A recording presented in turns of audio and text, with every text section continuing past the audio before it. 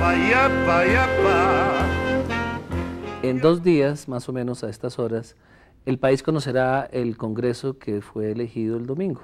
Un Congreso que, si es mayoritario, el presidente Uribe le permitirá gobernar si gana las elecciones en el segundo periodo con mucha más tranquilidad. Pero si no gana con una amplia mayoría, su situación de gobernabilidad será más compleja. Para analizar las elecciones del domingo 12 de marzo, estamos con Juan Manuel López Caballero aquí esta noche. Juan Manuel, bienvenido. Buenas noches, Ramón. Gracias por la invitación. ¿Cuál es el aspecto más importante de las elecciones del domingo? Pues, obviamente son los temas en sí mismos. Los temas que se van a definir deberían ser los que producen la votación.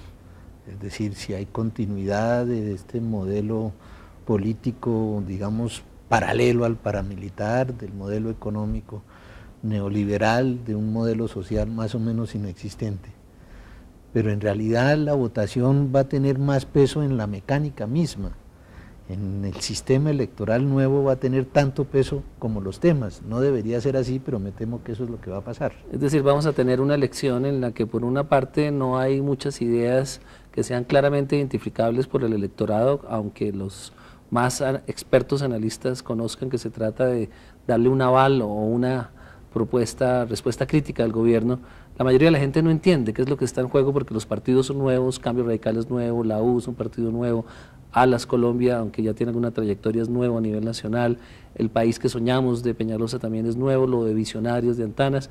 En cambio, la gente no sabe qué es lo que hay detrás claramente de cada uno de ellos. Y a su vez hay un sistema electoral nuevo, hay una forma de votar nuevo y se va a aplicar por primera vez, como usted dice, el umbral y la cifra repartidora que hacen que sea más compleja la elección y que se pueda presentar un resultado muy distinto al que la gente está previendo con la simple lectura de las encuestas. ¿Por qué no analizamos un poco lo del umbral?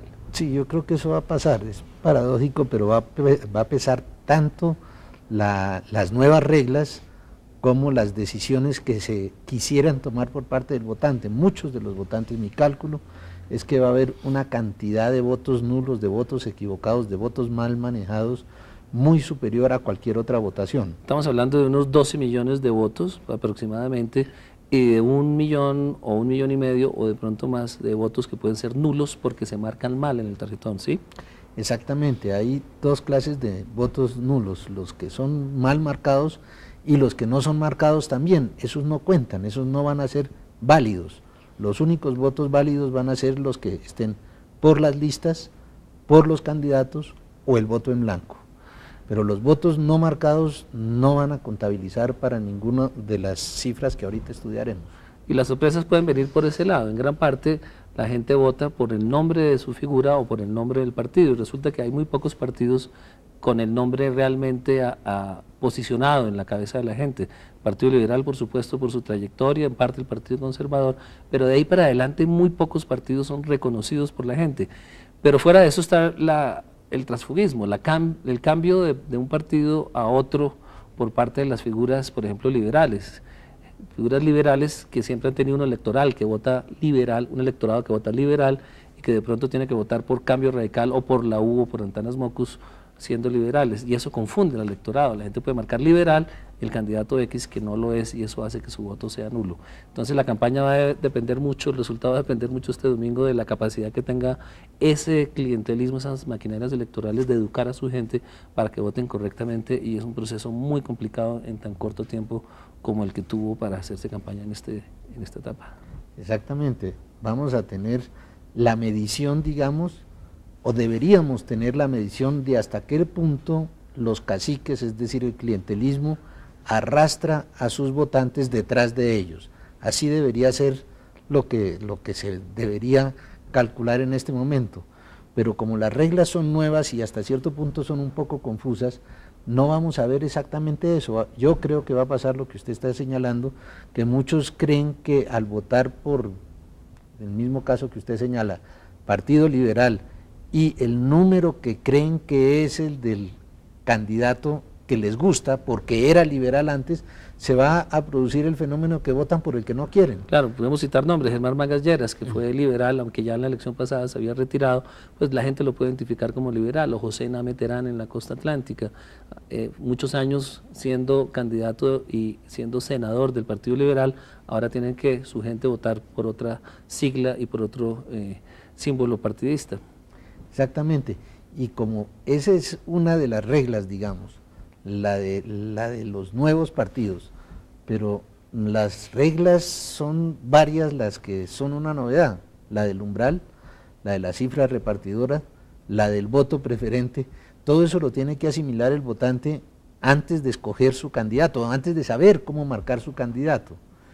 Y nos vamos a encontrar con que, según todos los cálculos, hablando del Senado, de las 20 listas que están inscritas, probablemente más de 10 no van a alcanzar a contar para las elecciones porque no alcanzan el umbral. Quiere decir que se eliminan de la clasificación para obtener curules las listas que no saquen un mínimo de votos que aproximadamente será de 200.000 votos. O sea, de las 20 que hay, solamente quedarán entre 8 y 10 que se repartirán las 100 curules del Senado de la República. Con lo cual, además de los más o menos 2 millones de votos que señalaba usted que se pierden por mal marcados, se desaparecen, por decirlo así, otro 1,5 millones de votos que son los que habrán votado por esas 10 o 12 listas que no alcanzan el umbral.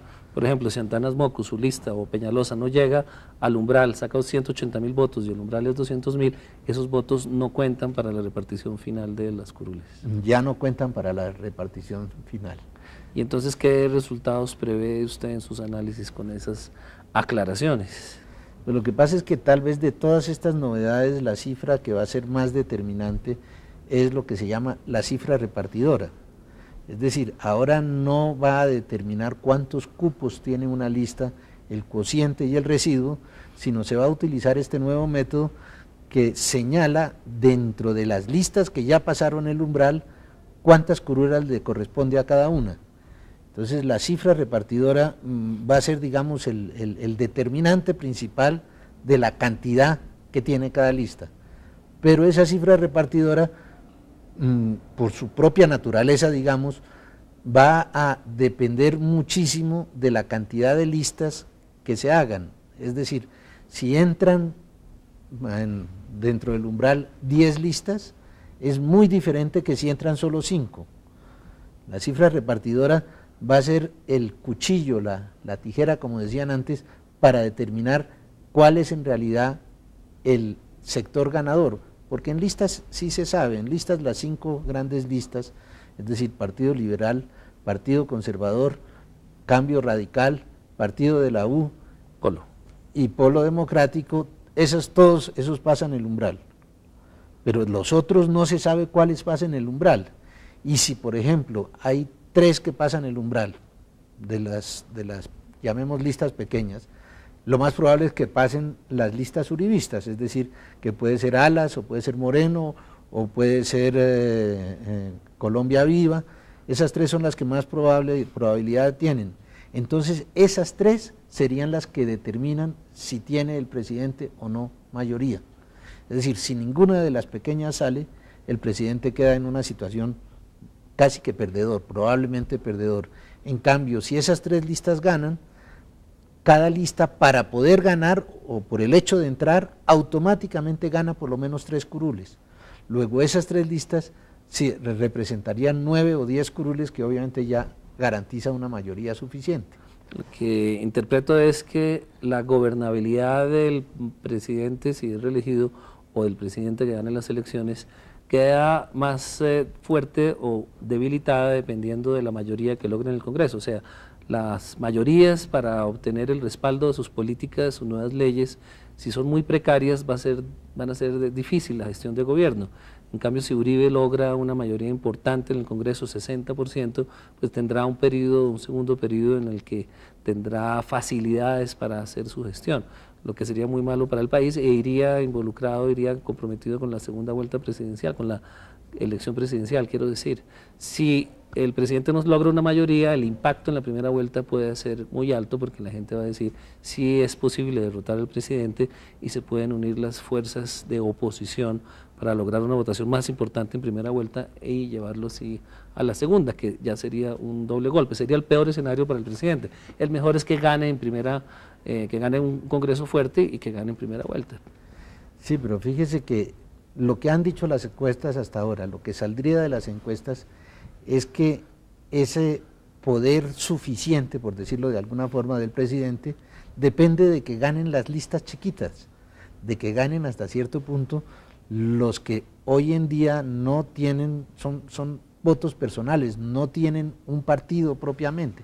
Bueno, de todas maneras no se puede decir, por ejemplo, que el partido de la U sea un partido, pero por lo menos es una agrupación que comprende bastantes políticos con votos. Un sindicato de una maquinaria electoral. Se me hace muy buena la calificación. En cambio, esas listas chiquitas dependen de una sola persona, o sea que el presidente va a quedar dependiendo o del señor Moreno de Caro, o de cada una de esas listas chiquitas. Vamos a comerciales y ya volvemos a este análisis de las elecciones del domingo 12 de marzo.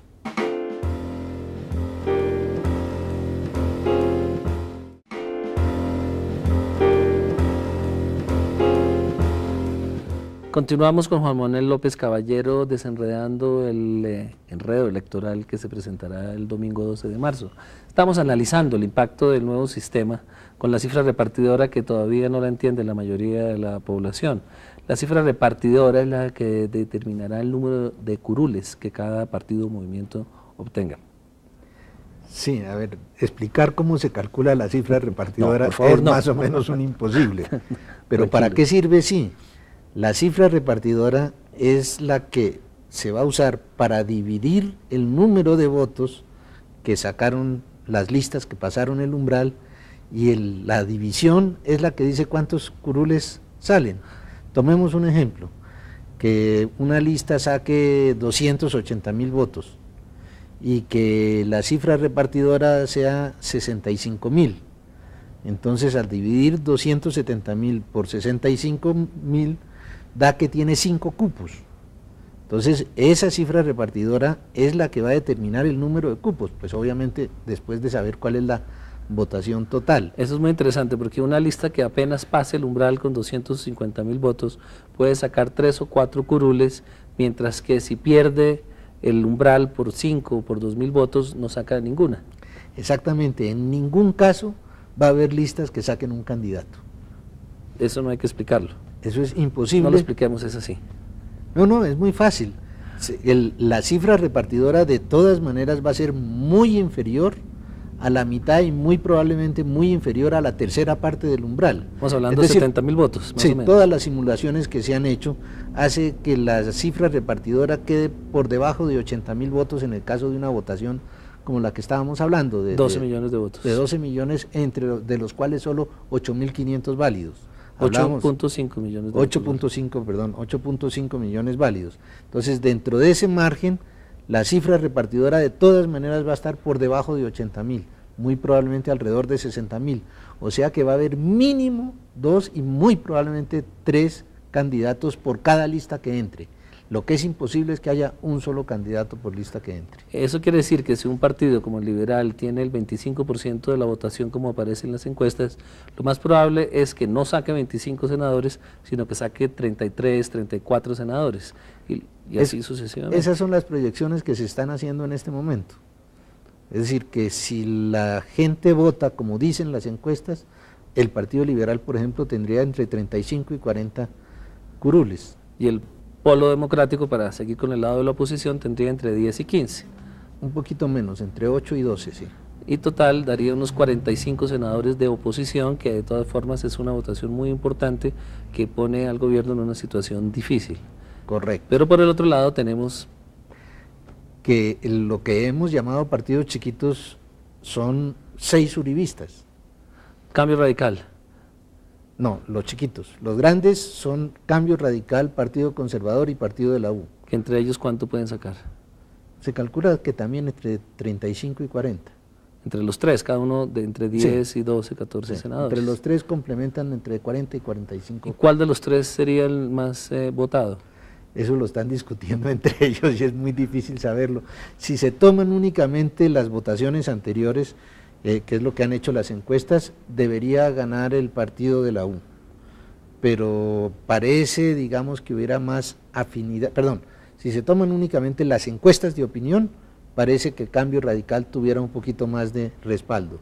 Si se toman las votaciones que han tenido los candidatos en las elecciones anteriores, el partido de la U se llevó casi todo el clientelismo, casi todo lo que antes se llamaban caciques clientelistas, ahora están en el partido de la U, por lo tanto tendrían una mayoría casi que bastante más grande que Cambio Radical. Hago un paréntesis porque es una paradoja que el presidente Uribe, que subió al poder con una bandera importante de anticlientelismo, ahora tenga a la mayoría de los caciques antiguos del Partido Liberal y del Partido Conservador como su gran base de apoyo, cierto paréntesis. No, pues se la complemento numéricamente.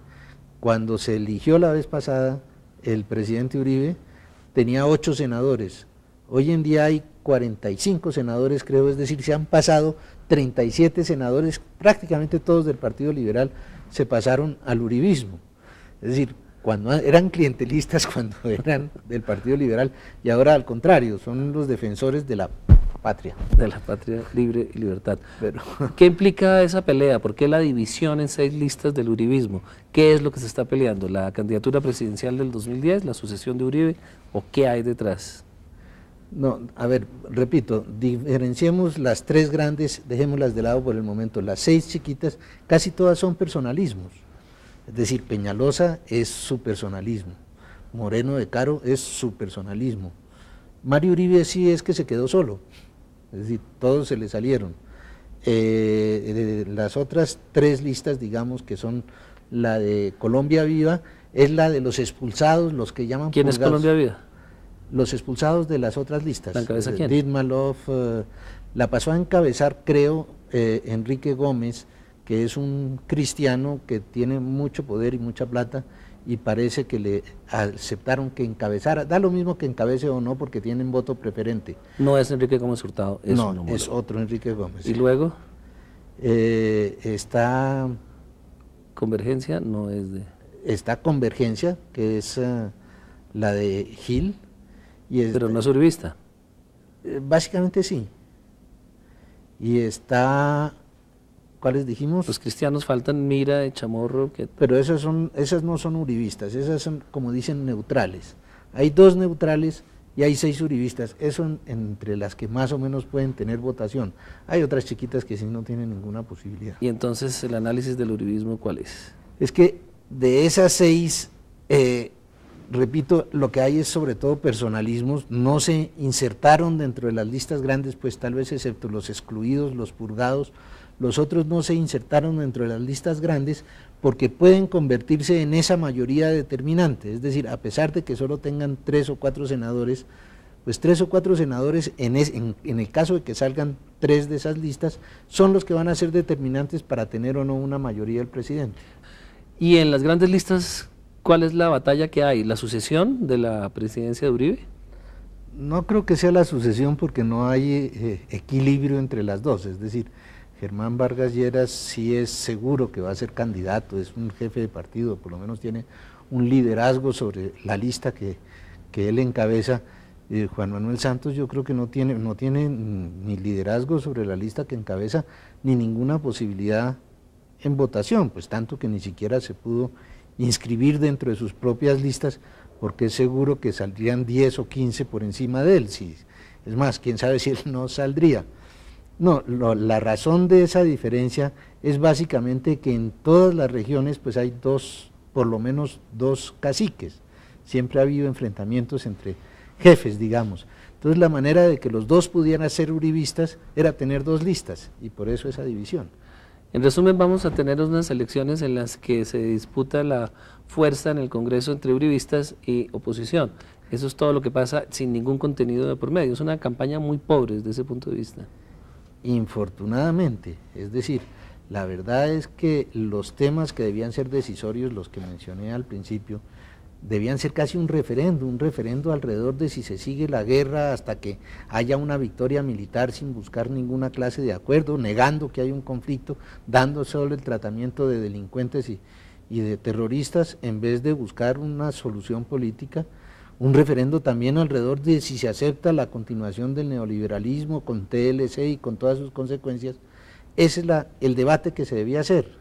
Y en la campaña no ha aparecido nadie que esté planteando el tema económico tampoco, no solo el del TLC que ya mencionó, sino cómo reactivar el empleo, cómo hacer una política que permita a cada uno de los colombianos obtener ingresos superiores que les permitan vivir mejor, o cómo mejorar el sistema de salud y el de educación, que tiene unas fallas bastante grandes. Es muy importante reconocer que en esta campaña, a pesar de la diversidad de temas críticos que debieran aparecer para evaluar a un gobierno, no se está dando ese debate. Es un poco preocupante que no haya ese debate público en el país. Yo llamaría ese tema un modelo social, digamos. Hay un modelo político que es el modelo de seguir los propósitos paramilitares, eventualmente cooptándolos como se está haciendo. Hay un modelo económico que es el neoliberal con el TLC, que es la cúspide del neoliberalismo, pero el modelo social o la ausencia de modelo social bajo este gobierno tampoco es un tema que se esté tratando. Modelo social donde se trate empleo, educación, salud, niñez, vejez, seguridad social, etcétera. Eso no hay propuestas ni hay críticas. Sí hay un poquito de críticas a la ausencia, pero ha girado muchísimo más alrededor de la persona misma, y obviamente el más interesado en que sea así es el presidente Uribe. Pero ya le están cobrando. Si bien en la campaña electoral no se discute y no hay una forma clara de decirle al presidente está haciendo mal su política económica o social, o no la está haciendo del todo, el electorado, la opinión sí lo está castigando. Baja 11 puntos en las encuestas y la calificación sobre su política económica es bastante pobre, e inclusive sobre el tema de seguridad la gente está pidiendo negociación con la guerrilla porque está aburrida posiblemente el conflicto, sin que eso quiera decir que tenga simpatías por las FARC o por los grupos armados en general. Entonces sí hay un interés público en los temas, aunque no se expresa en el debate electoral, pero nos toca hacer otro corte de comerciales.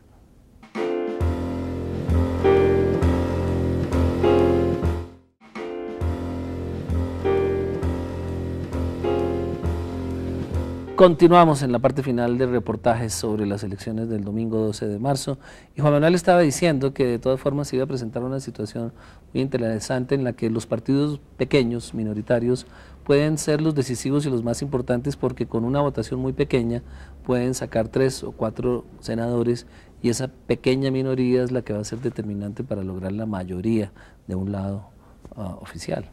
Más que con una votación muy pequeña, dependiendo de una cifra muy pequeña de votación, es decir, supongamos que va a ser 200.000 votos el umbral. Si tienen solo 190.000, quedan en cero, pero si tienen 205.000 y la cifra repartidora es 55, entonces ya están cerca de los 4. Entonces, con 10.000 o 15.000 votos de diferencia, pasan de 0 a 4, según la cifra repartidora y el umbral. La explicación de ese sistema electoral es que se busca que el país se consolide en partidos grandes y fuertes que permitan construir bancadas para que en el Congreso no tenga el presidente que negociar con 100 congresistas puestos para cada uno y lograr el apoyo a sus leyes, sino que negocie con 3 o 4 jefes de bancadas, y con ese mecanismo se obtenga una agilidad en el proceso legislativo y por supuesto en el proceso del Ejecutivo. Hay todavía un vacío, una deficiencia en la ley de bancadas, es decir, las bancadas dicen tienen que votar, pero dice por un lado que tiene excepciones y por otro lado que tienen que ser los estatutos de cada partido los que regulan cómo funciona la bancada. Entonces, a pesar de que el propósito y el objetivo mismo de la ley es que las bancadas, los partidos se constituyan en bancadas, es decir, que voten con un solo voto, que no haya el transfugismo que ha habido siempre, el vacío que hay por el momento no puede ser que no produzca el resultado que se necesita. En eso toca hacer un poquito, probablemente hacer una modificación o una reglamentación de la ley que complete el propósito que se busca. Nos quedan pocos minutos. ¿Cuál es su pronóstico final para las elecciones del domingo? ¿Cómo cree usted que va a ser la composición del Congreso? ¿Cómo le va al Polo Democrático para empezar? Los votos del Polo Democrático son bastante seguros, digamos. Sería rarísimo que subiera de 12 o de 14 curules, pero sería rarísimo que bajara de 8. Entre 1 y 1,5 millones de votos. Puede ser que menos. Es que yo creo que, como decíamos antes, el total de los votos que van a servir para elegir, es decir, después de anulados todos los demás, no creo que lleguen a 7 millones. Y la consulta, que nos la saltamos un poco, las consultas del Partido Liberal. Bueno, y la del consulta Polo. del Partido Liberal, yo creo que sobre ella no hay duda, gana Serpa muy sobrado, etcétera. Y la del Polo. La del Polo, hay la posibilidad de que gane Carlos Gaviria. Dependería, curiosamente, es de que hay mucha gente no del Polo que probablemente, que han dicho ya públicamente que votarán por Carlos Gaviria. Eso cambiaría muchísimo el escenario, no tanto de estas elecciones, sino futuro, porque entonces ya se tendría una izquierda muchísimo más, menos cuestionada. Y renovada, con figuras que no vienen de la vieja izquierda, sino que vienen del pensamiento, de la Corte Constitucional, del nuevo derecho del país, y realmente sería una renovación que Carlos Gaviria Díaz fuera el candidato presidencial de la izquierda. Pero no como lo ven algunos alrededor de la persona. La persona obviamente es la que está encabezando, la que está representando esa nueva corriente, pero sobre todo eliminaría lo que hoy todo el mundo ve que es una limitante de la izquierda, que es que quien la lidere esté bastante cuestionado, por justa o injustamente, pero por ser guerrillero, por ser electorero, etcétera. La izquierda no puede ampliarse porque está limitada a los que lo aceptan o no aceptan a Navarro. Se nos acabó el tiempo. Muchas gracias, Juan Manuel, por este análisis de las elecciones del domingo 12 de marzo y buenas noches.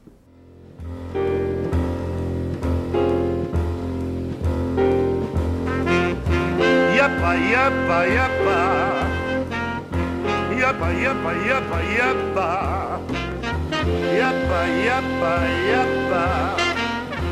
Yapa, yapa, yapa, yapa. Y a pas plus belle que cette grue. Plus infidèle, y a pas non plus. Pas plus volage que cette salope. Elle déménage de l'un à l'autre. T'as beau l'aimer comme personne, sans hésiter elle t'abandonne. Plein de mérite ou bien fautif, c'est du kiff-kiff. Tu gente votar por otra sigla y por otro símbolo partidista. Exactamente, y como esa es una de las reglas, digamos, la de los nuevos partidos, pero las reglas son varias las que son una novedad, la del umbral, la de la cifra repartidora, la del voto preferente, todo eso lo tiene que asimilar el votante antes de escoger su candidato, antes de saber cómo marcar su candidato.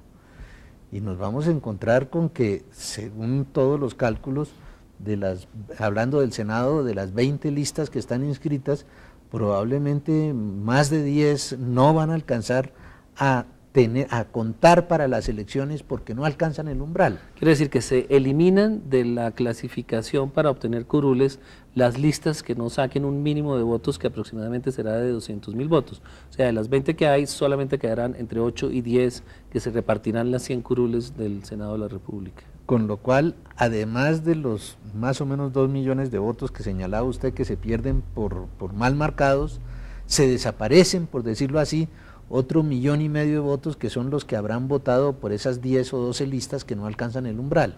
Por ejemplo, si Antanas Moco, su lista, o Peñalosa no llega al umbral, saca 180.000 votos y el umbral es 200.000, esos votos no cuentan para la repartición final de las curules.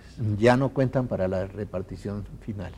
Y entonces, ¿qué resultados prevé usted en sus análisis con esas aclaraciones? Pues lo que pasa es que tal vez de todas estas novedades, la cifra que va a ser más determinante es lo que se llama la cifra repartidora.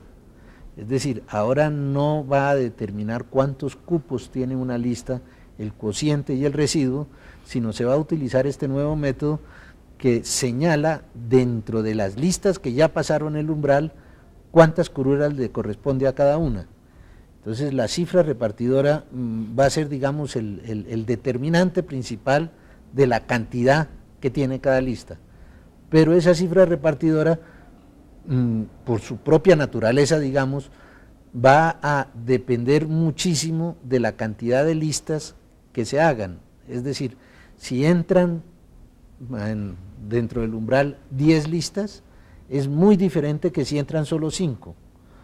La cifra repartidora va a ser el cuchillo, la tijera, como decían antes, para determinar cuál es en realidad el sector ganador, porque en listas sí se sabe, en listas las 5 grandes listas, es decir, Partido Liberal, Partido Conservador, Cambio Radical, Partido de la U, Polo y Polo Democrático, todos esos pasan el umbral, pero los otros no se sabe cuáles pasan el umbral, y si por ejemplo hay 3 que pasan el umbral, puntos en las encuestas y la calificación sobre su política económica es bastante pobre e inclusive sobre el tema de seguridad la gente está pidiendo negociación con la guerrilla porque está aburrida posiblemente el conflicto, sin que eso quiera decir que tenga simpatías por las FARC o por los grupos armados en general. Entonces sí hay un interés público en los temas, aunque no se expresa en el debate electoral, pero nos toca hacer otro corte de comerciales.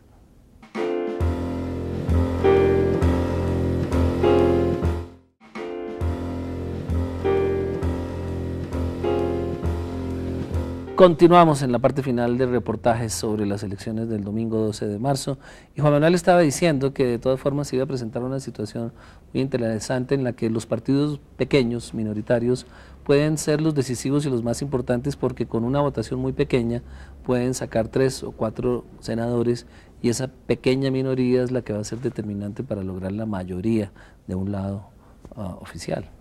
Más que con una votación muy pequeña, dependiendo de una cifra muy pequeña de votación, es decir, supongamos que va a ser 200.000 votos el umbral, si tienen solo 190.000 quedan en cero, pero si tienen 205.000 y la cifra repartidora es 55, entonces ya están cerca de los 4, entonces con 10.000 o 15.000 votos de diferencia pasan de 0 a 4 según la cifra repartidora y el umbral. La explicación de ese sistema electoral es que se busca que el país se consolide en partidos grandes y fuertes que permitan construir bancadas para que en el Congreso no tenga el presidente que negociar con 100 congresistas puestos para cada uno y lograr el apoyo a sus leyes, sino que negocie con 3 o 4 jefes de bancadas y con ese mecanismo se obtenga una agilidad en el proceso legislativo y por supuesto en el proceso del Ejecutivo.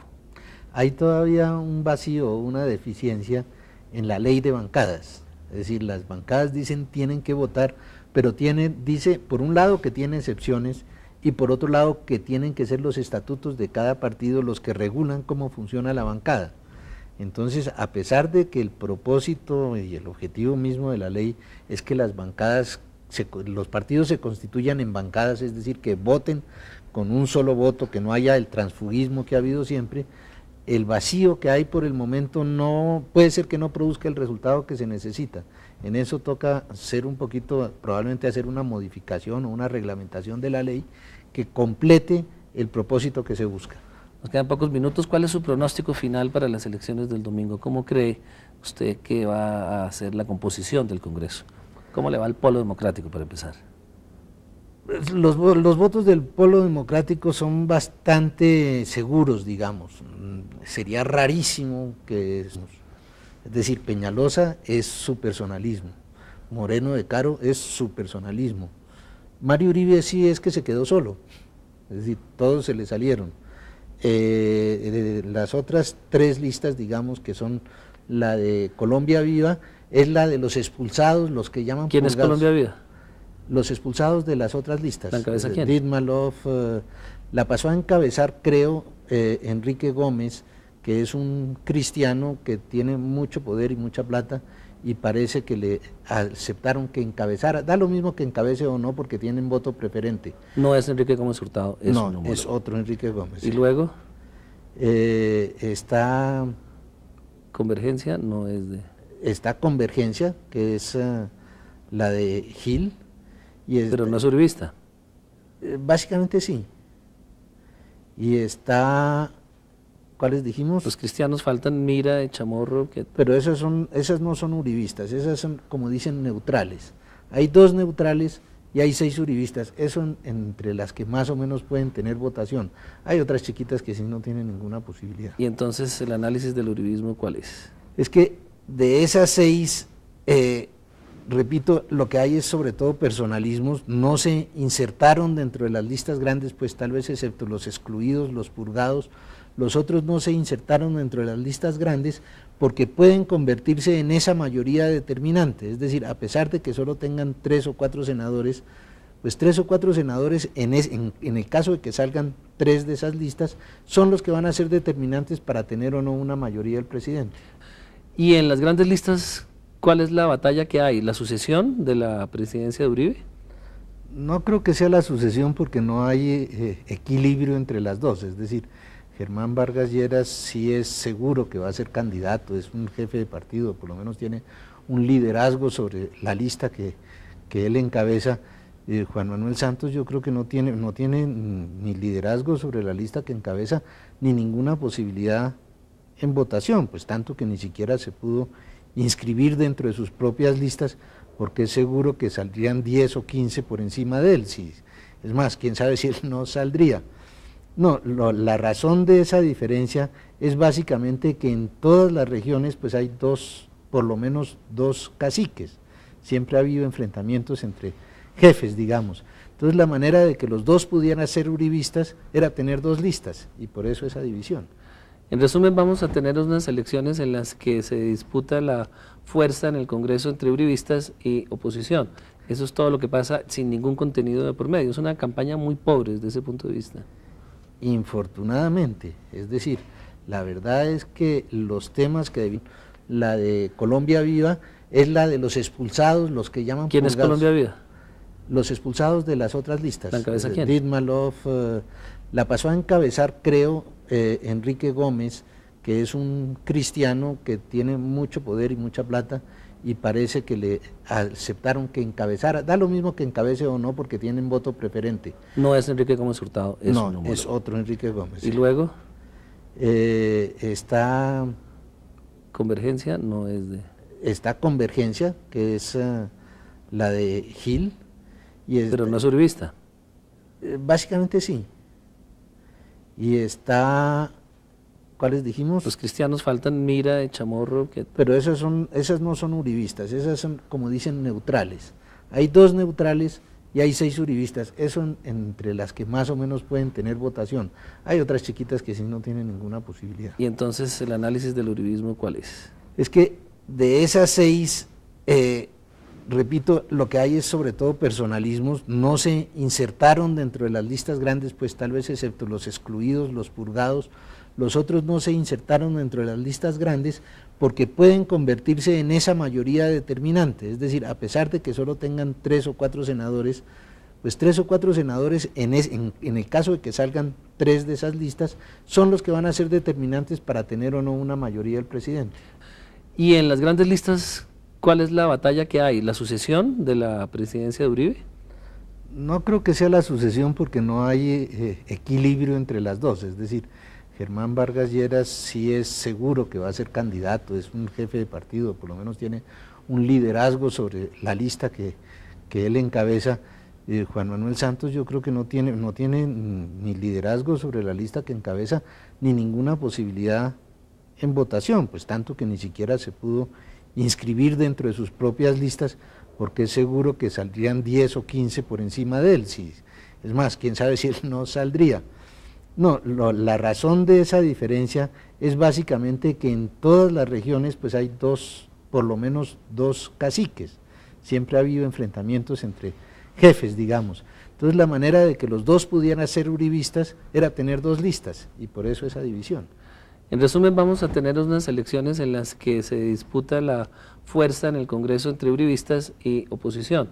Eso es todo lo que pasa sin ningún contenido de por medio. Es una campaña muy pobre desde ese punto de vista. Infortunadamente, es decir, la verdad es que los temas que debían ser decisorios, los que mencioné al principio, debían ser casi un referendo alrededor de si se sigue la guerra hasta que haya una victoria militar sin buscar ninguna clase de acuerdo, negando que hay un conflicto, dando solo el tratamiento de delincuentes y ni siquiera se pudo inscribir dentro de sus propias listas porque es seguro que saldrían 10 o 15 por encima de él, es más, quién sabe si él no saldría. No, la razón de esa diferencia es básicamente que en todas las regiones pues hay por lo menos 2 caciques, siempre ha habido enfrentamientos entre jefes, digamos. Entonces la manera de que los dos pudieran ser uribistas era tener dos listas, y por eso esa división.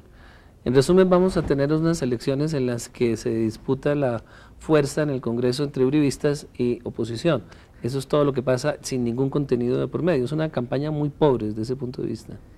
Infortunadamente, es decir, la verdad es que los temas que debían ser decisorios, los que mencioné al principio, debían ser casi un referendo alrededor de si se sigue la guerra hasta que haya una victoria militar sin buscar ninguna clase de acuerdo, negando que hay un conflicto, dando solo el tratamiento de delincuentes y de terroristas en vez de buscar una solución política. Un referendo también alrededor de si se acepta la continuación del neoliberalismo con TLC y con todas sus consecuencias. Ese es el debate que se debía hacer. Y en la campaña no ha aparecido nadie que esté planteando el tema económico tampoco, no solo el del TLC que ya mencionó, sino cómo reactivar el empleo, cómo hacer una política que permita a cada uno de los colombianos obtener ingresos superiores que les permitan vivir mejor, o cómo mejorar el sistema de salud y el de educación, que tiene unas fallas bastante grandes. Es muy importante reconocer que en esta campaña, a pesar de la diversidad de temas críticos que debieran aparecer para evaluar a un gobierno, no se está dando ese debate. Es un poco preocupante que no haya ese debate público en el país. Yo llamaría ese tema un modelo social, digamos. Hay un modelo político que es el modelo de seguir los propósitos paramilitares, eventualmente cooptándolos como se está haciendo. Hay un modelo económico que es el neoliberal con el TLC, que es la cúspide del neoliberalismo, pero el modelo social o la ausencia de modelo social bajo este gobierno tampoco es un tema que se esté tratando. Modelo social donde se trate empleo, educación, salud, niñez, vejez, seguridad social, etcétera. Eso no hay propuestas ni hay críticas. Sí hay un poquito de críticas a la ausencia, pero ha girado muchísimo más alrededor de la persona misma, y obviamente el más interesado en que sea así es el presidente Uribe. Pero ya le están cobrando. Si bien en la campaña electoral no se discute y no hay una forma clara de decirle al presidente está haciendo mal su política económica o social, o no la está haciendo del todo, el electorado, la opinión sí lo está castigando. Baja 11 puntos en las encuestas y la calificación sobre su política económica es bastante pobre, e inclusive sobre el tema de seguridad la gente está pidiendo negociación con la guerrilla porque está aburrida posiblemente el conflicto. Darle un aval o una respuesta crítica al gobierno, la mayoría de la gente no entiende qué es lo que está en juego, porque los partidos son nuevos, Cambio Radical es nuevo, la U es un partido nuevo, Alas Colombia, aunque ya tiene alguna trayectoria, es nuevo a nivel nacional, el país que soñamos de Peñalosa también es nuevo, lo de Visionarios de Antanas. En cambio la gente no sabe qué es lo que hay detrás claramente de cada uno de ellos, y a su vez hay un sistema electoral nuevo, hay una forma de votar nuevo, y se va a aplicar por primera vez, como usted dice, el umbral y la cifra repartidora, que hacen que sea más compleja la elección y que se pueda presentar un resultado muy distinto al que la gente está previendo con la simple lectura de las encuestas. ¿Por qué no analizamos un poco lo del umbral? Sí, yo creo que eso va a pasar, es paradójico, pero va a pesar tanto las nuevas reglas como las decisiones que se quisieran tomar por parte del votante. Muchos de los votantes, mi cálculo es que va a haber una cantidad de votos nulos, de votos equivocados, de votos mal manejados, muy superior a cualquier otra votación. Estamos hablando de unos 12 millones de votos aproximadamente, y de 1 millón o 1,5 millones o de pronto más de votos que pueden ser nulos porque se marcan mal en el tarjetón, ¿sí? Exactamente, hay dos clases de votos nulos, los que son mal marcados y los que no son marcados también. Esos no cuentan, esos no van a ser válidos. Los únicos votos válidos van a ser los que estén por las listas, por los candidatos o el voto en blanco. Pero los votos no marcados no van a contabilizar para ninguna de las cifras que ahorita estudiaremos. Y las sorpresas pueden venir por ese lado. En gran parte la gente vota por el nombre de su figura o por el nombre del partido, y resulta que hay muy pocos partidos con el nombre realmente posicionado en la cabeza de la gente. El Partido Liberal, por supuesto, por su trayectoria, en parte el Partido Conservador, pero de ahí para adelante muy pocos partidos son reconocidos por la gente. Pero fuera de eso está el transfugismo, el cambio de un partido a otro por parte de las figuras, por ejemplo, liberales. Figuras liberales que siempre han tenido un electorado que vota liberal y que de pronto tiene que votar por Cambio Radical o por la U o por Antanas Mocus, siendo liberales, y eso confunde al electorado. La gente puede marcar liberal el candidato X que no lo es, y eso hace que su voto sea nulo. Entonces la campaña va a depender mucho, el resultado va a depender mucho este domingo de la capacidad que tenga ese clientelismo, esas maquinarias electorales, de educar a su gente para que voten correctamente, y es un proceso muy complicado en tan corto tiempo como el que tuvo para hacerse campaña en esta etapa. Exactamente, vamos a tener la medición, digamos, o deberíamos tener la medición de hasta qué punto los caciques, es decir, el clientelismo, arrastra a sus votantes detrás de ellos. Así debería ser lo que se debería calcular en este momento. Pero como las reglas son nuevas y hasta cierto punto son un poco confusas,